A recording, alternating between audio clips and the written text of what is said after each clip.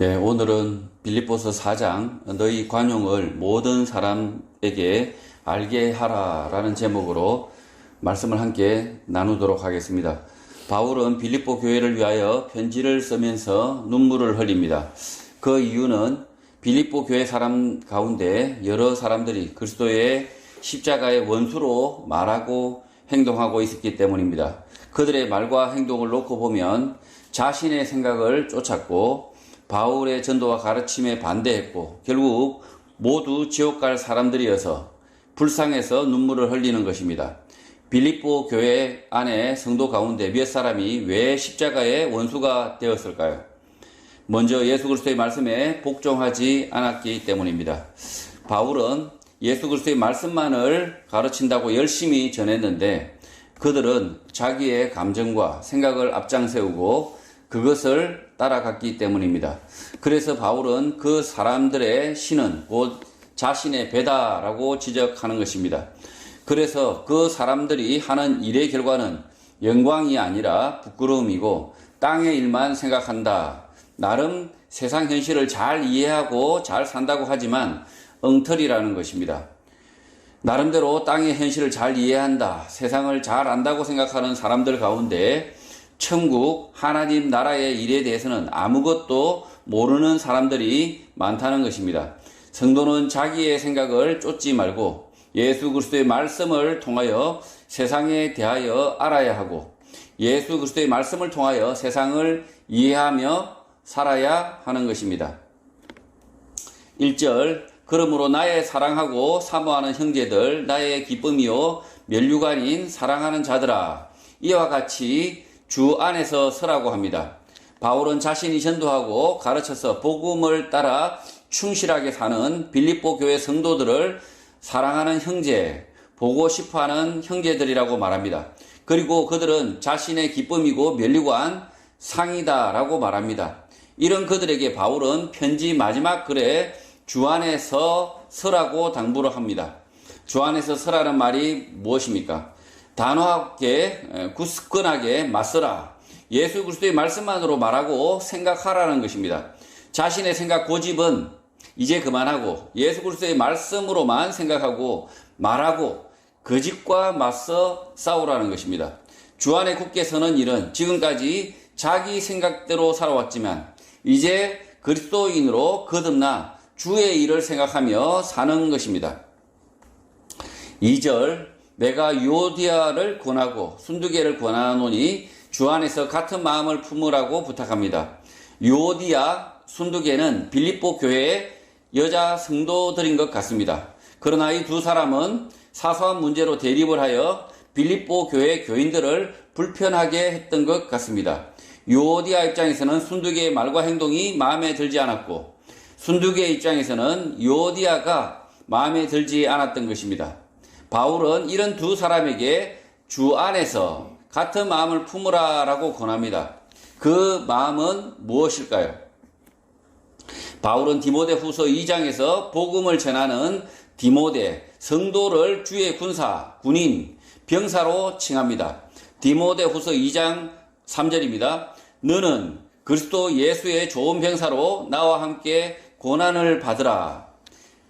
4절입니다. 병사로 복무하는 자는 자기 생활에 얽매이는 자가 하나도 없나니 이는 병사로 모집한 자를 기쁘게 하려 함이라. 군사, 군인, 병사는 국가로부터 징집, 소집되어 전쟁을 치르는데 옆에 사람이 경상도 사람인지 전라도 사람인지 가리지 않습니다. 서로 모르는 사이지만 서로 마음에 들지 않는다고 하여도 같은 임무를 수행하기 위하여 함께 행동하게 됩니다. 유오디아, 순두계 또한 주 안에서 사소한 것은 적고 같은 마음을 품어야 하는 이유는 이 두 사람이 복음을 전하는 병사이기 때문입니다. 두 사람이 서로에 대하여 불편해하는 마음을 가지고 있음에도 불구하고 예수 그리스도의 복음을 전하고 가르치는 그 한 가지 일에 함께 부름을 받았다라는 사실을 깨닫는다면 사소한 차이는 극복하고 함께 협력하라고 권하는 것입니다. 지금 유오디아하고 순두계가 서로 자신들의 취향, 자신들의 그 선호 이런 것을 버리라고 이야기하는 것이 아닙니다. 그런 것을 버리라는 것이 아니라 나는 뭐 짜장면을 좋아하면 짜장면, 나는 짬뽕을 좋아하면 짬뽕, 그걸 굳이 버릴 필요가 없다는 거죠. 그걸 버릴 필요 없고 단지 어떤 때만은 마음을 합쳐라라고 이야기합니까? 밥 먹을 때는 자기 하고 싶은 대로 하라는 거죠. 하는데 그러나 복음을 전하고 가르치는데 그 일에는 마음을 합쳐라라고 이야기하고 있다는 거죠. 3절 또 참으로 나와 멍에를 같이 한 내게 구하노니 복음에 나와 함께 힘쓰던 저 여인들을 돕고 또한 글레멘드와 그 외에 나의 동력자들을 도우라. 그 이름들이 생명책에 있다고 말합니다. 참으로 나와 멍에를 같이 한 사람, 옥에 갇혔던 사람, 이 사람은 빌립보 교회에 편지를 가지고 가는 에바브로디도입니다. 빌립보 교회에 돌아가는 에바브로디도에게 복음에 나와 함께 힘쓰던 저 여인들, 서로 사이가 좋지 않은 유오디아 순두개를 도우라고 부탁하는 것입니다. 또 글레멘드와 그 외에 나의 동력자들을 도우라고 부탁하는데 그들의 이름은 생명책에 있다라고 말합니다. 지금 이 에바브로디도가 실제로 빌립보 교회에 말씀을 전하는 가르치는 사람으로 아마 보여집니다. 그래서 에바브로디도에게 이렇게 바울이 부탁을 하는 거죠. 빌립보 교회는 바울이 2차 선교 여행 때 아시아에서 유럽으로 건너가 이곳에서 옥에 갇히고 매를 맞는 고초를 겪으면서 복음을 전파하여 자색 옥감 장사, 자주 장사 루디아가 회심하여 유럽의 첫 성도가 되었고 그의 가족과 이웃을 전도하여 빌립보 교회가 된 것입니다. 바울은 이곳 빌립보 교회 성도들에 대한 특별한 감정을 드러내는데 그 표현이 생명책에 루디아, 에바브로디도, 유오디아, 순두개, 글레멘드와 같은 빌립보 교회 동력자들의 이름이 있다라는 표현입니다. 바울의 이 표현은 출애굽기 32장을 보면 그 의미를 알 수가 있습니다. 출애굽기 32장 32절입니다. 그러나 이제 그들의 죄를 사하시옵소서. 그렇지 아니하시오면 원하건대 주께서 기록하신 책에서 내 이름을 지워버려 주옵소서. 33절입니다. 여호와께서 모세에게 이르시되 누구든지 내게 범죄하면 내가 내 책에서 그를 지워버리리라. 모세는 하나님의 책, 생명책에 모세 자신의 이름이 있다면 자신의 이름을 지우고 금송아지 우상을 만든 자기 백성의 죄를 사하여 달라고 간청하는 것입니다. 그러나 하나님의 답변은 그렇게는 안 된다. 하나님께 범죄한 그들의 이름을 지우겠다라고 말씀한 것입니다. 모세는 이미 아론의 편에 서서 금송아지 우상을 만든 자기 백성들 가운데 3,000명가량의 죄의 대가, 징벌로 살육을 하고 하나님께 속죄를 구하였으나 뜻대로 되지 않은 것입니다. 출애굽기에서 하나님의 책, 생명책은 모세가 자기 백성을 구원하고자 생각해냈던 하나님의 계획, 하나님의 예정에 대한 것입니다. 출애굽기 32장에서도 모세에 대한 구원받을 성도에 대한 하나님의 구원 계획, 하나님의 구원 예정은 바뀌지 않습니다. 바울은 믿음으로 이스라엘 백성을 이끈 모세의 생명책, 하나님의 책이 끝내 변함없었다, 변치 않았다라는 구약의 기록을 잘 알고 있습니다. 그래서 이 하나님의 책, 생명의 책에 빌립보 교회 동력자들의 이름이 기록되어 있다라고 말하고 있는 것입니다. 바울이 이렇게 말하는 이유는 고난 가운데 복음을 전하는 자신의 동력자 빌립보 교회 성도들에 대한 구원에 대한 확신을 이렇게 표현한 것입니다. 생명책이 있고 그것을 바울이 본 바도 아니지만 예수 그리스도를 믿음으로 구원 얻는다. 그의 말씀을 순종함으로 구원 얻는다는 확신을 이렇게 표현한 것입니다. 지금 모세도 생명책이 있는 것을 보고 이렇게 말하는 것이 아니고 하나님의 그 나라에 생명책이 있다면 그 생명책에 나의 이름이 기록되어 있다면 나의 이름을 제하여 주시고 나의 가족 같은 이 이스라엘 백성들을 구원하여 달라고 간청한 것입니다. 목사가. 그러니 이 생명책이 있다 없다 이것을 말하는 것 자체가 말이 안 되는 거고요. 그리고 하나님은 이 생명책을 뭐 썼다 지웠다 이렇게 변덕스러운 하나님이 아니라는 거죠. 하나님은 이 구원 계획에서 지금 하나님께서 지금 성경에서 말씀하시고자 하는 예수 그리스도로만 구원 얻는다, 그것을 지금까지 변경하신 적이 한 번도 없다는 거예요. 예수 그리스도로만 구원 얻는다. 아담부터 지금 뭐 요한계시록 말씀에까지 이르기까지 예수 그리스도의 말씀을 듣고 믿고 그를 의지하고 그의 말씀대로 살아야만 구원 얻는다라는 그 계획은 변함이 없다는 거죠. 생명책에 관하여 잘못 말하는 사람이 있습니다. 정광훈 목사입니다. 자신이 생명책에서 성도들의 이름을 지우겠다, 말겠다라고 말합니다. 하나님과 같게 되겠다라는 오만함, 배역함 때문입니다. 복음을 전하고 가르치는 바울은 예수 그리스도로부터 받은 말씀을 근거로 빌립보 교회 성도들의 구원을 확신했던 것일 뿐, 바울이 목사가 생명책에 성도들의 이름을 쓰고 지우는 일에 관여한다라는 것은 전혀 사실이 아닙니다. 또 그 생명책에 이름이 있다, 없다, 제멋대로 말하려고 했던 것이 전혀 아닙니다. 바울은 복음을 통한 구원의 확신을 생명책에 자신의 동역자들의 이름이 있다라고 표현하고 있을 뿐입니다. 예수 그리스도와 그의 말씀만을 진심으로 따르고 있다면 생명책에 자신의 이름이 있는지 없는지 생각할 이유가 전혀 없는 것입니다. 이 생명책에 관해서 오해를 하시면 안 된다는 거죠. 이 생명책, 하나님의 책에 이것을 모세가 이야기했지만 그것은 모세의 생각일 뿐이고요. 실제로 이 생명책에 이 지금 바울이 말하는 의미는 뭐냐면, 이 빌립보 교회 성도들이 예수 그리스도의 말씀을 그대로 믿고 순전하게 믿고 그대로 삶을 실천한다. 그래서 그들의 이름이 반드시 구원 얻는다라는 구원의 확신을 지금 이렇게 바울이 말하고 있을 뿐이라는 거죠. 그래서 마치 책이 있어서 책에 이름이 탁 적혀 있으니까 이제 끝. 나는 무조건 구원 얻는다. 나와 내 가족 이름이 탁탁탁탁 적혀 있으니까 무슨 짓을 해도 구원 얻는다. 이런 오해를 하면 안 된다는 거죠. 사입이 이단이라는 거죠. 그렇게 되면. 4절, 주 안에서 항상 기뻐하라. 내가 다시 말하노니 기뻐하라 라고 바울은 권면합니다. 빌립보 교회 성도들이 주 안에서 항상 기뻐할 수 있는 이유는 진리 대신 예수 그리스도의 말씀을 따라 살기 때문에 기쁨이 넘치는 것입니다. 복음 때문에 비록 핍박을 받지만 예수 그리스도의 말씀이 진리이기 때문에 구원과 영생의 확신 가운데 살아도 된다는 것입니다. 억지로 기뻐하라고 말하는 것이 아니라 빌립보 교회 성도들이 깨닫고 순종하는 것 등을 보면 기뻐해도 된다. 충분히 구원과 영생이 있다라는 것입니다. 성령, 말씀의 진리를 가진 성도들만 가능한 것이 주 안에서 항상 기뻐하는 것입니다. 지금 이 4절의 말씀을 마찬가지로 오해하는 사람들이 있습니다.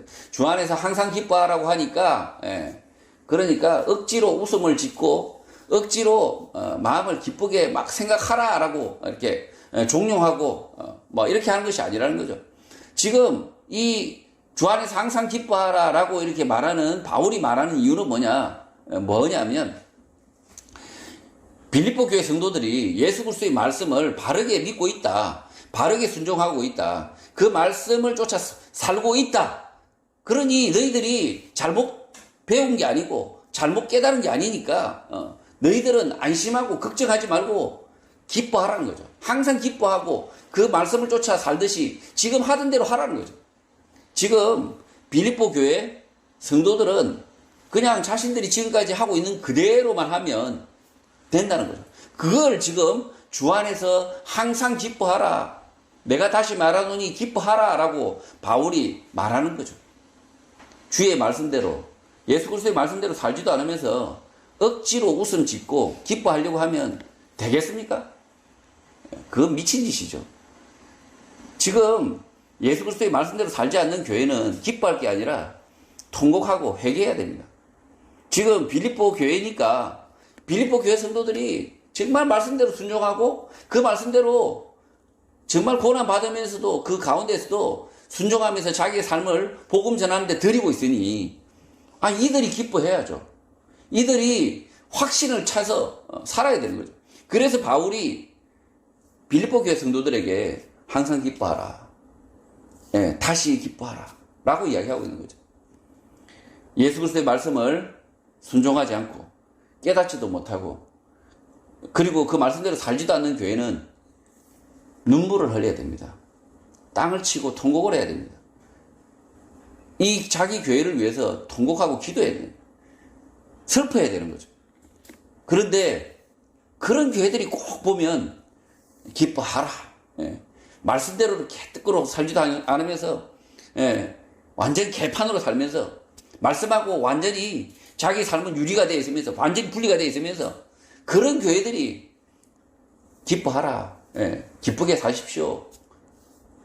아니 그렇게 살면 어떻게 됩니까? 예?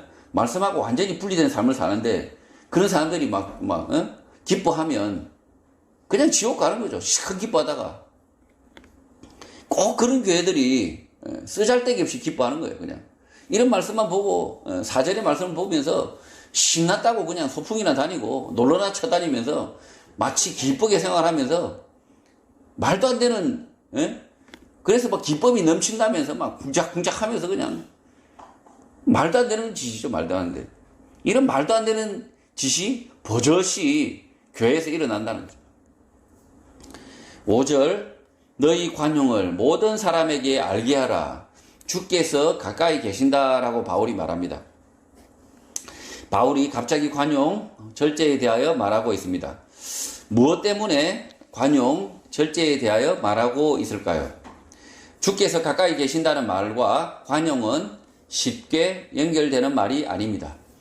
바울이 빌립보 교회 성도들에게 편지를 쓰고 있을 때는 주후 62년에서 64년 경으로 AD 33년 예수 십자가 죽음과 부활 사건 이후 30년 되던 시점이라 몸의 부활과 예수 재림의 복음을 들은 사람 가운데 조롱하는 사람들이 있었을 것 같습니다. 너희들이 전하는 가르침에 예수가 재림한다는데 도대체 언제 재림한다는 것이냐? 부활이 있기는 한 것이냐라고 물었을 때 복음을 전하는 빌립보 교회 성도는 관용, 절제를 해야 했던 것입니다. 빌립보 교회 성도들이 예수 언제 재림하냐? 재림이 있기는 한 것이냐? 라는 질문을 받아 곤혹스러웠다면 그것에 대한 바울의 답이 주께서 가까이 계신다. 곧 오신다. 라는 예수 재림 확신의 답변인 것입니다. 1세기 교회 성도들도 주께서 언제 재림하시나 라는 조급함, 답답함 가운데 바울의 권면을 들었던 것처럼 2000년이 지난 오늘 교회 성도들도 언제 주님께서 재림하시나, 언제 악인들이 멸절되나 라는 답답함을 안고 살고 있지만 바울의 답변은 곧 이미 주께서 가까이 계신다라고 말할 것 같습니다. 참 이게 1세기 때부터 기독교 성도들에게 이 다른 믿지 않는 사람들이 조롱하는 거죠. 재림의 종교지 않습니까? 부활과 예수 그리스도의 부활과 예수 그리스도의 다시 오심을 믿는 그리스도인입니다. 그랬을 때 믿지 않는 사람들은 뭐라고 이야기하냐면 재림이 어디 있냐? 심판이 어디 있냐? 악인이 어떻게 멸절하냐? 너는 눈도 없냐? 악인이 잘 되는 거 지금 안 보이냐? 그렇게 사람들이 말한다는 거죠. 특히 1차 세계대전, 2차 세계대전 때 그리스도인들이 죽어가면서 하나님이 어디 계시나? 라는 물음을 끊임없이 받았습니다. 아니 하나님이 살아계시면 저 악한 군대를 물리치셔야 되는데 왜 네가 죽어가면서 하나님을 믿냐 이거예요. 믿는 성도들이 도전을 받는 거죠. 도대체가 재림은 있는 거냐? 예수 그리스도가 오시기는 하냐? 라고 이 전쟁 상황 속에서 군인들이 그것도 예수 그리스도를 믿는 성도들이 시험을 당한다는 거죠. 지금 1세기 교회는 불과 30년 지났습니다. 30년. 예수 그리스도께서 부활 성천하시고 겨우 30년 지났는데도 주위 사람들이 물어보는 거죠. 언제 재림하냐고. 언제? 예수 그리스도께서 다시 오신다고 이렇게 복음을 가르쳤는데 사람들이 물어봐요. 아니 30년 지났어. 30년. 한국 사회에서 가장 많이 듣는 말이 말세다, 종말이다 라는 말들입니다. 세상이 타락하고 무질서하고 범죄가 만연할 때 탄식하며 하는 말입니다. 그럴수록 성도는 재림이 있기는 하냐, 심판이 있기는 하냐라고 말하는 무례한 사람들이 있을 수 있지만 관용하며 주 예수께서 가까이 계신다는 것을 확신해야 합니다. 심판, 재림, 종말은 먼 미래가 아니라 나에게는 내일일 수 있습니다. 한국 사회에서 매일 800명이 사망을 하고 매년 30만 명 이상이 사망을 하고 있습니다. 지난 금요일 저녁 인도 오디샤 주에서는 열차 사고로 300명이 일시에 사망을 하였고 지금도 구조 작업이 계속되고 있습니다. 죽음이라는 것은 개인의 종말, 심판의 날일 수 있지만 그리스도인에게는 재림, 부활의 날, 영광의 날인 것입니다. 고난과 핍박, 조롱이 난무할 때도 그리스도인들이 항상 기뻐하고 즐겁게 생활할 수 있는 이유는 주께서 가까이 계시기 때문입니다. 예수 그리스도께서 가까이 계신다는 거죠. 6절 아무것도 염려하지 말고 다만 모든 일에 기도와 간구로 너희 구할 것을 감사함으로 하나님께 아뢰라고 말합니다. 주께서 가까이 계신다, 재림과 부활이 가까이 임했다라는 그리스도인의 확신은 삶으로 전이된다, 옮겨간다, 확산된다는 것입니다. 재림과 부활의 믿음을 가진 성도는 아무런 염려를 하지 않게 되고 다만 모든 일에 기도와 간구를 하게 되고 너희 구할 것을 감사함으로 하나님께 아뢰게 된다는 것입니다. 성도가 염려와 걱정을 아예 하지 않는 게 아니라 기도, 간구로 자신의 소명을 이루며 산다. 복음을 전하며 산다는 것입니다. 복음을 전하며 살고자 할 때 필요한 것, 구하는 것은 이미 받은 줄로 알고 감사함으로 하나님께 아뢰게 된다는 것입니다. 킹 제임스 영문 성경을 보면 너희의 구할 것들은 be made known, 성도가 이미 기도하기 전에 하나님께 알려진 것들이라고 말합니다. 킹 제임스 영문 성경을 참조하시면 되고요. 자신의 일을 위해서 기도를 한다면 받을지 말지 모르는 게 정상이고 받게 되더라도 감사할 수 없고 그저 받으니 미안해해야 합니다. 빌립보 교회 성도들이 구하는 것은 자신의 일이 아니고 이미 알려진 것, 주님께서 주신 소명, 복음을 전하고 가르치고 그 배운 대로 살고자 하는 소원을 나의 소원으로 할 때 그 소원은 하나님의 소원, 예수 그리스도의 소원이기 때문에 받은 줄로 알고 감사함으로 할 수 있다는 것입니다. 빌립보 교회 성도들의 삶이 자신의 삶이 아니라 예수 그리스도의 삶으로 바뀌었기 때문에 가능한 부탁인 것입니다. 지금 이 6절의 말씀도 아무것도 염려하지 말고 다만 모든 일에 기도와 간구로 너희 구할 것을 감사함으로 하나님께 아뢰라 라고 얘기했는데 예수 그리스도의 말씀대로 살지 않고 예수 그리스도의 말씀, 복음을 전하기 위해서 살지 않으면 염려 시큰해야죠.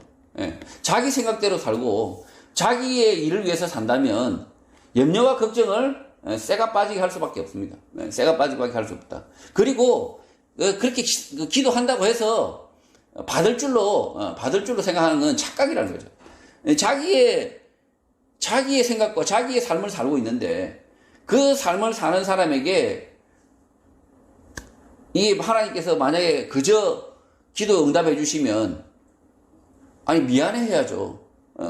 막 이렇게 자기 일에 자기 필요에 따라서 기도를 했는데 하나님이 공짜로 주시면 미안해 해야죠. 감사할 게 아니라. 지금 빌립보 교회 성도들은 예수 그리스도의 복음, 예수 그리스도의 말씀을 쫓아서 예수 그리스도의 일을 하고 있습니다. 자신의 삶을 이 복음 전하는 그 일에 헌신하고 있다는 거죠. 그러니 이들의 기도는 다 들어주실 수밖에 없다는 거예요. 이게 하나님의 일이었으니까. 이게 하나님의 일이기 때문에. 그래서 염려할 필요가 없다. 기도와 간구간하고 구할 것을 감사함으로 하나님께 아뢰기만 하라라고 이야기한다는 거죠. 엉터리 교회들이 쓰잘데기 없이 자신들의 삶은 그냥 복음하고 아무 관계가 없어요.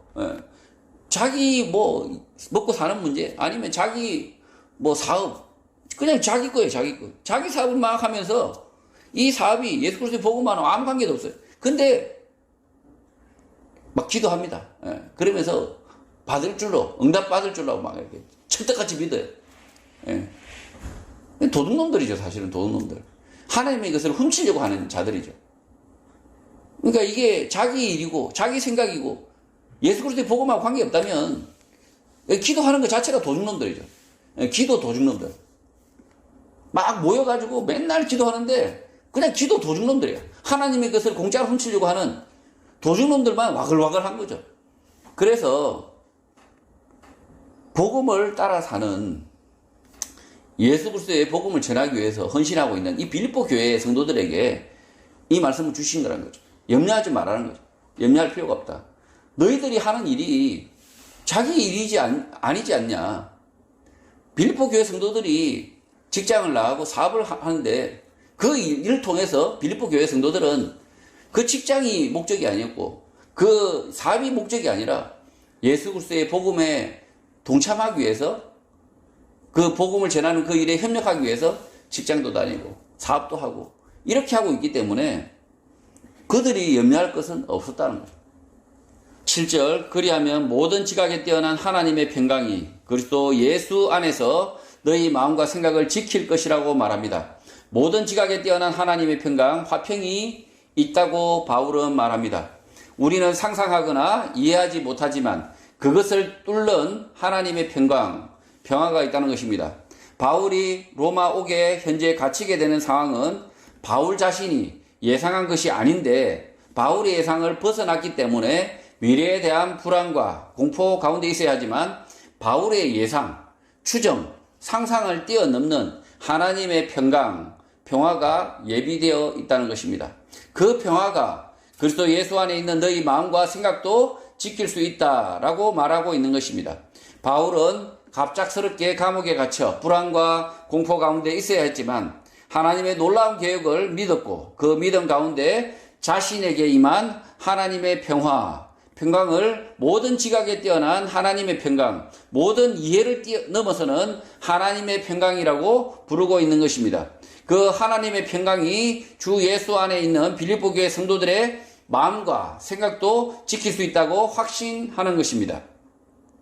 지금 이 바울은 로마 감옥에 갇혔습니다. 갇혀서 당황하고 있는 것이 아니라 불안해하는 것이 아니라 바울은 마음에 평화가 있습니다. 이 평화가 빌립보 교회 성도 너희들에게도 있을 것이다 라고 지금 말하고 있는 것입니다. 지금 이 바울은 뜻하지 않게 로마 감옥에 갇혔는데 그 로마 감옥에서 가이사 황제의 식구들을 만난 것 같습니다. 그 가이사 황제의 식구들을 만나서 복음을 전해서 그 몇이 예수 그리스도의 복음을 따르고 있다라고 지금 바울이 말하고 있습니다. 그래서 이 바울이 지금 이 바울의 이 로마의 감옥은 이 불안과 공포의 감옥이 아니라 평화의 감옥이라는 거죠. 8절 끝으로 형제들아 무엇에든지 참되며 무엇에든지 경건하며 무엇에든지 옳으며 무엇에든지 청결하며 무엇에든지 사랑받을 만하며 무엇에든지 칭찬받을 만하며 무슨 덕이 있든지 무슨 기림이 있든지 이것들을 생각하라고 합니다. 바울은 이러한 것들을 생각하라고 말합니다. 이러한 것들은 무엇일까요? 9절 너희는 내게 배우고 받고 듣고 본바를 행하라. 그리하면 평강의 하나님이 너희와 함께 하실 것이다 라고 말합니다. 이러한 것들은 바울 자신에게 배우고 받고 듣고 본 것들이라고 말합니다. 바울은 참된 것이 있다, 진실하다라는 진리 논쟁이 생기면 자신이 가르쳐준 복음 가운데 있는 것인지 생각해 보라는 것입니다. 또 누가 경건하다, 누가 옳다, 누가 의롭다, 누가 정직하다, 정결하다, 순수하다, 누가 사랑스럽다, 누가 잘한다, 평판이 좋다, 누가 덕이 있다, 칭찬받을 만하다라고 말하거든. 바울이 가르친 것들과 비교를 해보라는 것입니다. 가짜 진실, 가짜 진리, 가짜 경건, 가짜 옳음, 가짜 정결, 가짜 사랑스러움, 가짜 칭찬, 가짜 덕과 기림을 배격하라는 것입니다. 예수 그리스도의 말씀과 가르침, 바울을 통하여 보고 듣고 받은 것들로 다시 평가를 해보라는 것입니다. 한국 교회의 가짜 진실, 가짜 경건, 가짜 옳음, 가짜 정결, 가짜 사랑스러움, 가짜 칭찬, 가짜 덕과 기림이 난무하고 있습니다.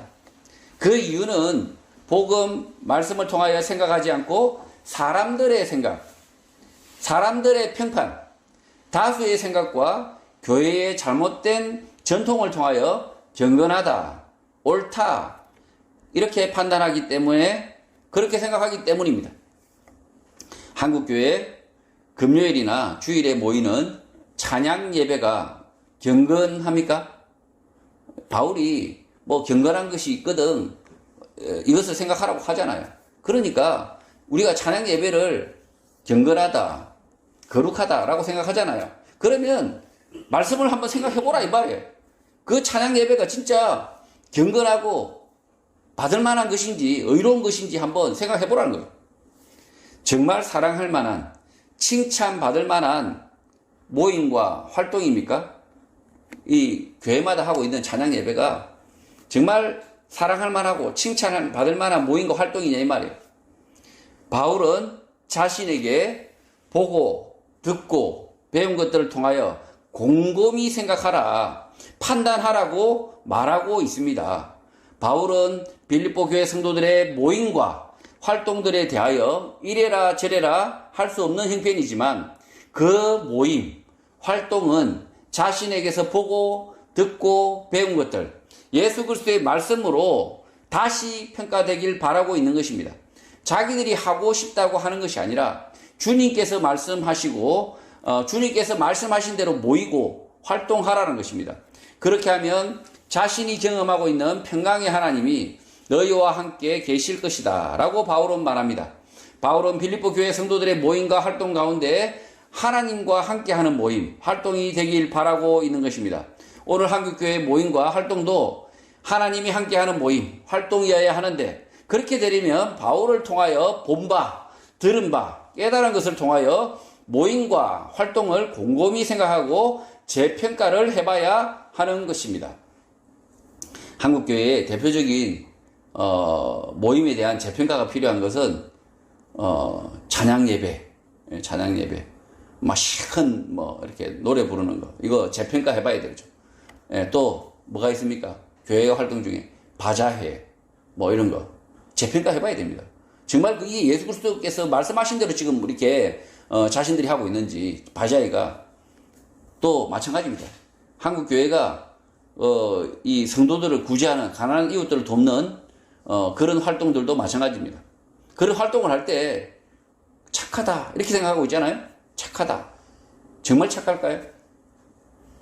저는 그 교회의 구제 활동 가운데 착한 게 아니라 악한 게 더 많더라는 거죠.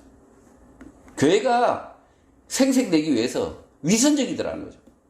교회가 선을 행하라 라고 했는데, 형제를 도우라고 했는데, 그를 하나님이 지으신 창조물로 존귀하게 생각하고 대등하게 생각하고 도우라고 했는데, 교회 안에 가난한 사람들을 열등한 존재, 하등한 존재, 그냥 돈이나 받는 존재, 그런 존재로 전락시켜버립니다. 그러니 그 교회의 구제 활동이 착합니까? 악합니까? 그리고 그 구제를 받는 성도는 계속 구제만 받으려고 합니다. 그렇게 되니까 누군가의 목사의 종이 되어버리는 거죠. 집사의 종이 되어버리는 거죠. 그렇게 해서 교회도 망하고 그 구제받는 사람도 망하고 같이 지옥 가는 거예요, 같이. 그래서 바울이 지금 이 9절의 말씀은, 이 8절과 9절의 말씀은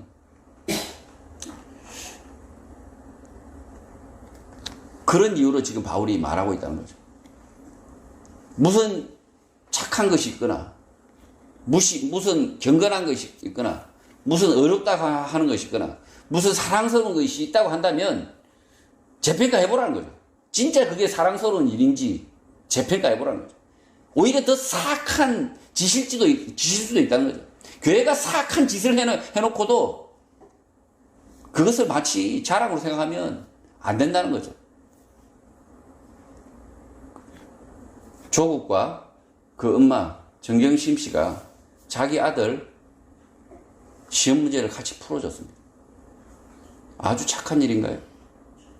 그 아들을 생각하는, 끔찍하게 사랑하는 그 사랑인가요? 범죄죠. 악한 거죠. 그래서 교회도 그 생각을 하라는 거죠.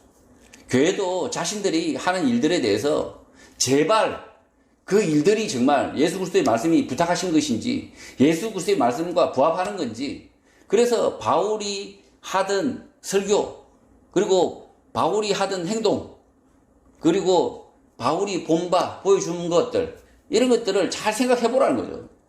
바울이 지금 일일이 그것에 대해서 가타부타 말을 못하지만 교회의 활동에 대해서는 잘 생각하라는 거예요. 10절, 내가 주 안에서 크게 기뻐하면 너희가 나를 생각하던 것이 이제 다시 싹인 남이니 너희가 또한 이를 위하여 생각은 하였으나 기회가 없었다고 말합니다. 로마 옥에 갇힌 바울이 주 안에서 크게 기뻐하는데 빌립보 교회 성도들이 평소 바울의 전도 활동을 도울 수 있는 무엇인지 물었었는데 지금이 그때다. 이제 나를 다시 도울 수 있는 때다. 기회다라고 말하고 있습니다. 나를 돌보려던 것이 싹이 났다. 활기를 띄었다. 라고 바울이 기뻐하고 있는 것입니다. 평소에 빌립보 교회 성도들이 바울 선생님 저희들이 돕겠습니다 이렇게 이야기하니까 지금 바울이 지금 옥에 갇혔을 때 지금 도울 때다 라고 지금 이야기하고 있다는 거예요. 바울의 이 말은 마치 광화문 광장에서 어떤 분이 여러분이 가장 기다렸던 헌금 시간이 돌아왔습니다 라고 말하는 것 같습니다. 그러나 바울의 이 말의 의미는 헌금, 돈에 있지 않습니다. 바울이 지금 나를 도울 때다 라고 이야기하고 있지만 실제 다음 구절에서는 전혀 그렇게 이야기하고 있지 않습니다. 어떤 사람은, 어떤 분 아시죠? 가장 기다렸던 헌금 시간이 돌아왔습니다 이렇게 말하는 분, 그분은 요것만 바라시는 것 같고, 실제 바울은 나를 도울 때가 돌아와서 기쁜 시간이 돌아왔습니다. 기쁘게 생각합니다. 나를 도울 수 있는 기회가 왔습니다. 라고 바울이 이야기하고 있지만 바울은 전혀 다르게 이야기하고 있습니다. 11절, 내가 궁핍함으로 말하는 것이 아니라 어떠한 형편에든지 나는 자족하기를 배웠다고 말합니다. 바울이 궁핍해서 이렇게 말하는 것이 아니다.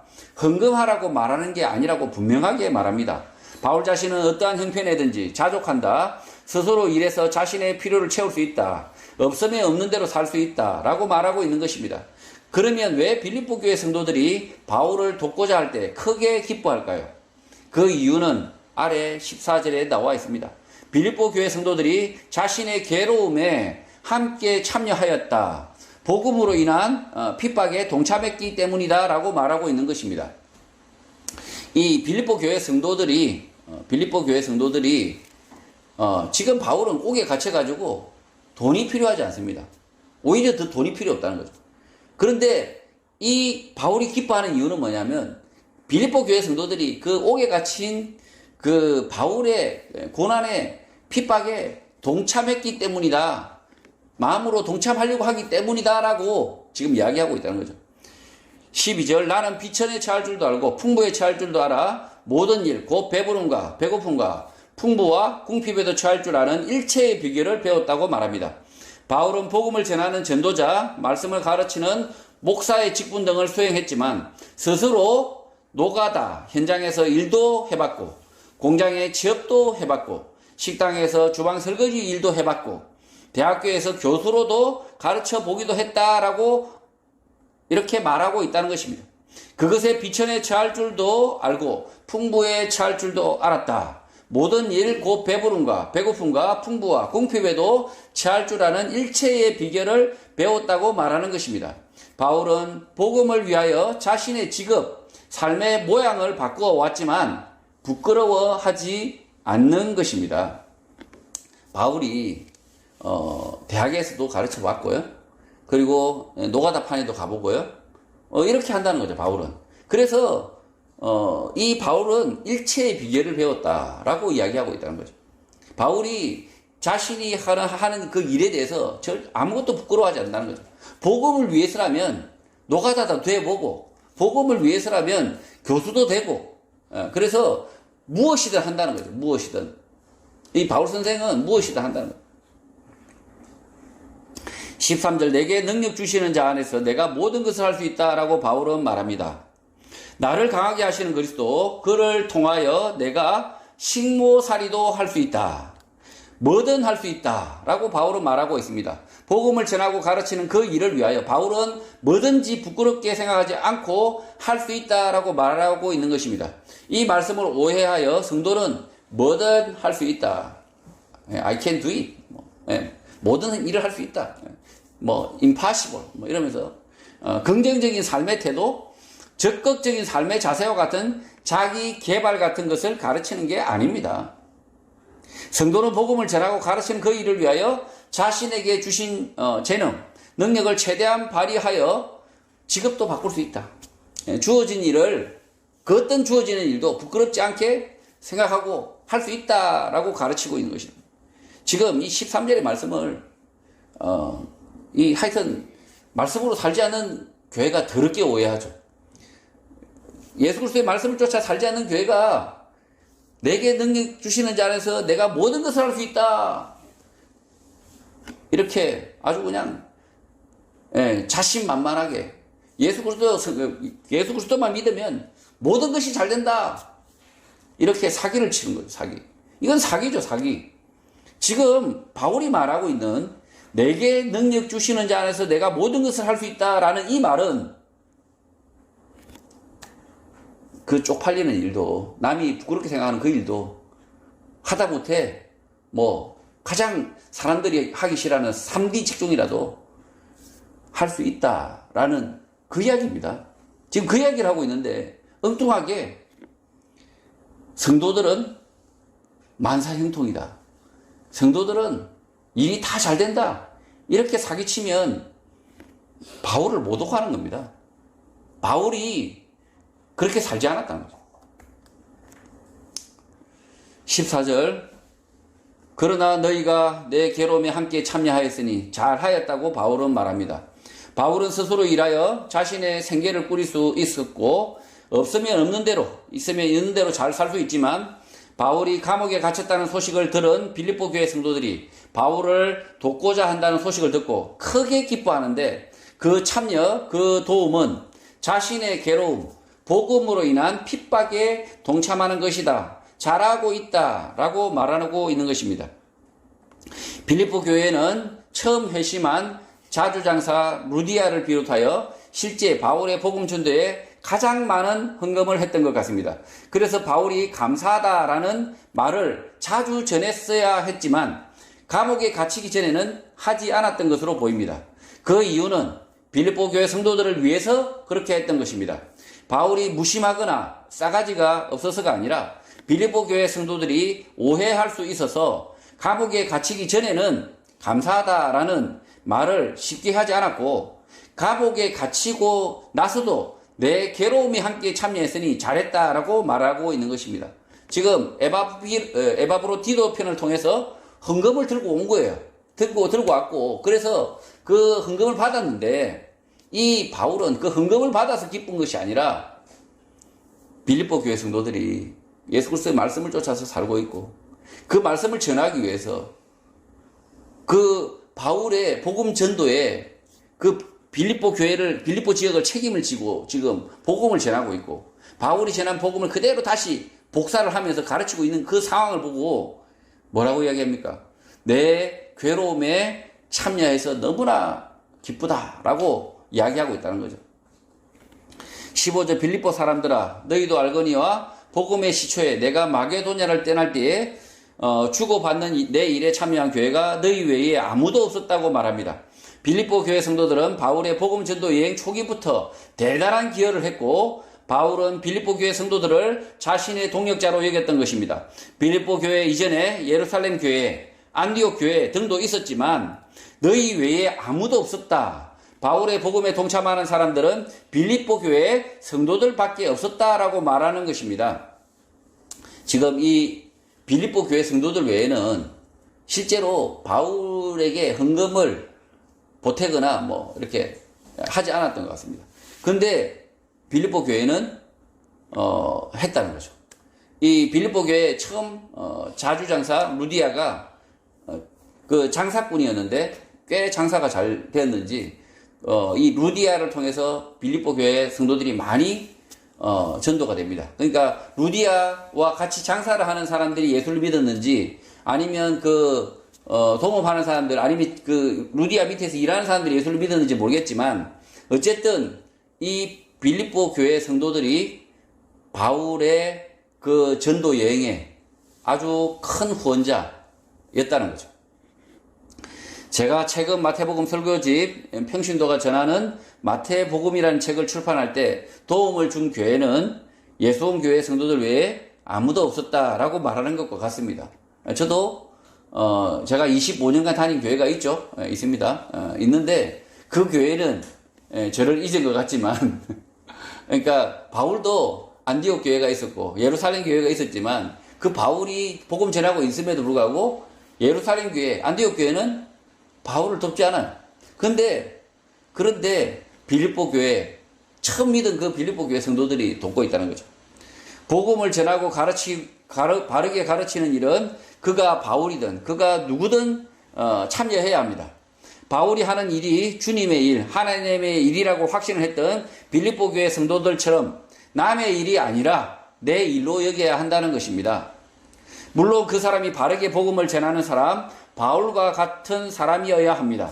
그가 엉터리 사입이라면 엉터리 사입이 짓거리에 쓸데없이 동참하게 되는 것입니다. 자, 지금 예수 그리스도의 말씀을 바르게 전하는 그 사람이 있다면 옥집사가 아니라 그 누구라도 우리는 동참해야 됩니다.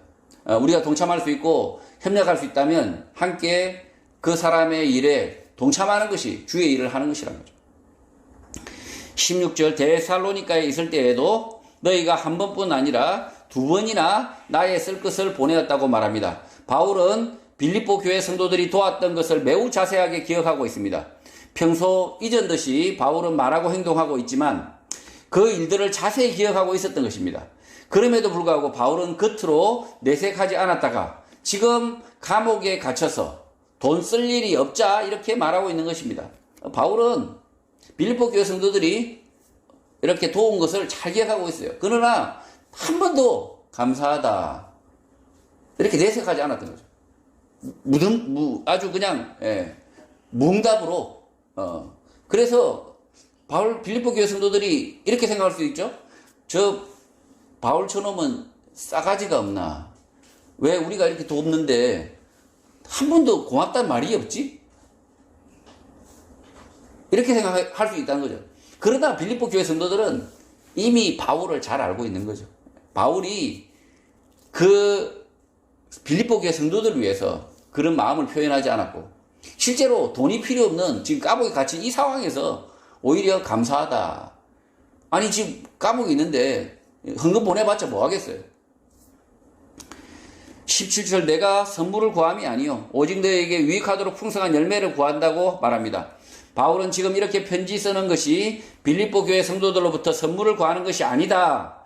오히려 너에게 유익하도록 풍성한 열매를 구하는 것이라고 말합니다. 빌립보 교회 회계장부에 기록되는 것들은 하나님의 상급, 열매가 될 것이라고 말하는 것입니다. 하나님의 상급 열매를 이 땅에서 돈과 성공으로 생각하는 사람들이 많지만 빌립보 교회는 그런 것을 기대하지 않았고 실제 받지도 않았습니다. 빌립보 교회 성도들은 돈과 성공이 아니라 고난과 핍박을 받았지만 하나님의 열매, 상급이 풍성할 것이라고 바울이 말하고 있는 것입니다. 지금 17절도 한국 교회가 오지게도 오해를 하죠. 막 이렇게 오해를 해서 상급을 받을 게 아니라 징벌을 받아야 될 사람들이 막 상급을 받으려고 하는 거죠. 그러나 지금 이 빌립보 교회 성도들은 상급을 받으려고도 생각도 하지 않습니다. 상급을 받으려고 생각도 하지 않습니다. 이 땅에서의 상급은 그냥 핍박과 고난이에요, 오히려. 그러나 바울이 이렇게 이야기하고 있다는 거죠. 하나님의 나라에 풍성한 열매가 있다. 18절 내게는 모든 것이 있고 또 풍부한지라 에바브로 디도 편에 너희가 준 것을 받음으로 내가 풍족하니 이는 받으실 만한 향기로운 재물이요 하나님을 기쁘시게 한 것이라고 바울은 말합니다.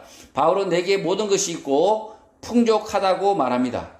강남에 아파트가 있고 최신 외제차가 있다라고 자랑하는 것이 아닙니다.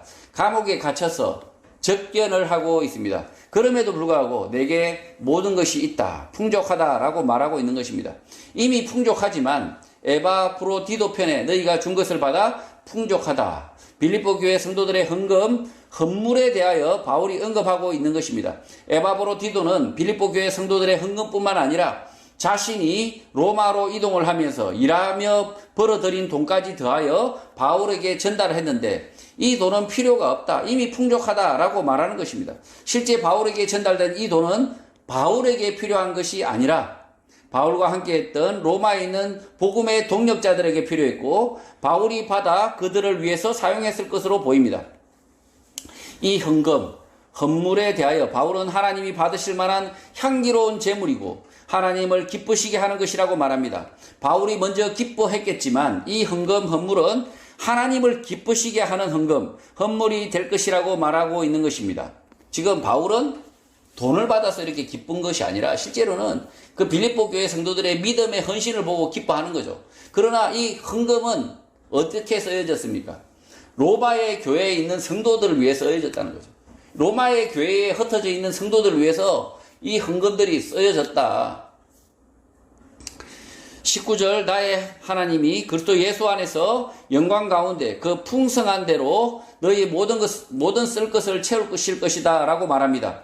에바브로디도부터 헌금을 받았던 바울은 빌립보 교회 성도들이 어려운 가운데서 많은 헌금을 보낸 것을 알고 있었고 그들에게 실제 많은 것이 부족한 삶을 살고 있다는 것을 알고 있어서 그리스도 예수를 통한 영광 가운데서 하나님의 풍성하심, 부요하심에 따라 빌립보 교회 성도들의 모든 필요들을 공급해 주시길 기도하고 있는 것입니다. 바울의 이런 기도는 응답이 될 수밖에 없는데 빌립보 교회 성도들이 자신의 삶 모두를 예수 그리스도의 복음 전도에 헌신하고 있기 때문입니다.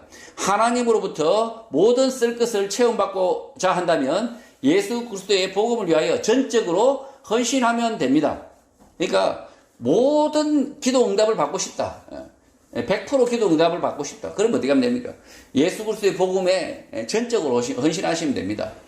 예수 그리스도의 복음에 전적으로 헌신한다는 게 목사가 되어라 라는 말은 아닙니다. 이 목사만 있어가지고는 이 복음이 전해지지 않습니다.